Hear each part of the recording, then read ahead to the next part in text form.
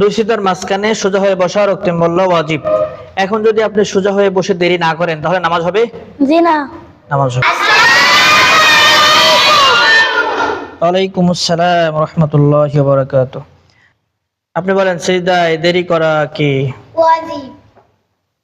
আচ্ছা, নামাজের মধ্যে যদি ওয়াজিব ছুটে যায় তাহলে কি নামাজ হবে? জি না।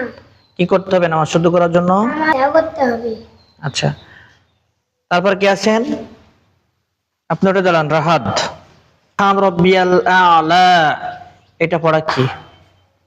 রাব্বিয়াল আলা তিমা পড়া সুন্নাত। রাব্বিয়াল আলা তিমা পড়া সুন্নাত। আচ্ছা, এর মধ্যে 5 বার 7 বার সুবহান রাব্বিয়াল আ'লা পড়া কি? সুন্নাত। সুন্নাত। জোরে বলেন। সুন্নাত। সুন্নাত। আচ্ছা, তারপরে কি আছেন? রক্ত মরে দাঁড়ান। আপনি বলবেন সিজদা থেকে সোজা হয়ে বসে, মানে দুই সিজদার মাঝখানে বসে দেরি করা কি? ওয়াজিব। জোরে বলেন। ওয়াজিব। ওয়াজিব। আচ্ছা, আপনি বলবেন নামাজের মধ্যে, ওটা দাঁড়ান, ওয়াজিব যদি ছুটে যায়, আপনি যদি নামাজের ভিতরে দাঁড়ায় যদি ওয়াজিব ছুটাই ফেলান তাহলে নামাজ হবে? জি না। এইটা দেন, মাইক্রোফোনটা দেন। হবে না। তাহলে আপনি দেরি করলেন না, তাড়াতাড়ি আবার পরে সিজদায় চলে গেলেন, তাহলে আপনার কি ওয়াজিব ছুটে গেল? জি। তাহলে এখন কি করে নামাজ শুদ্ধ করতে হবে?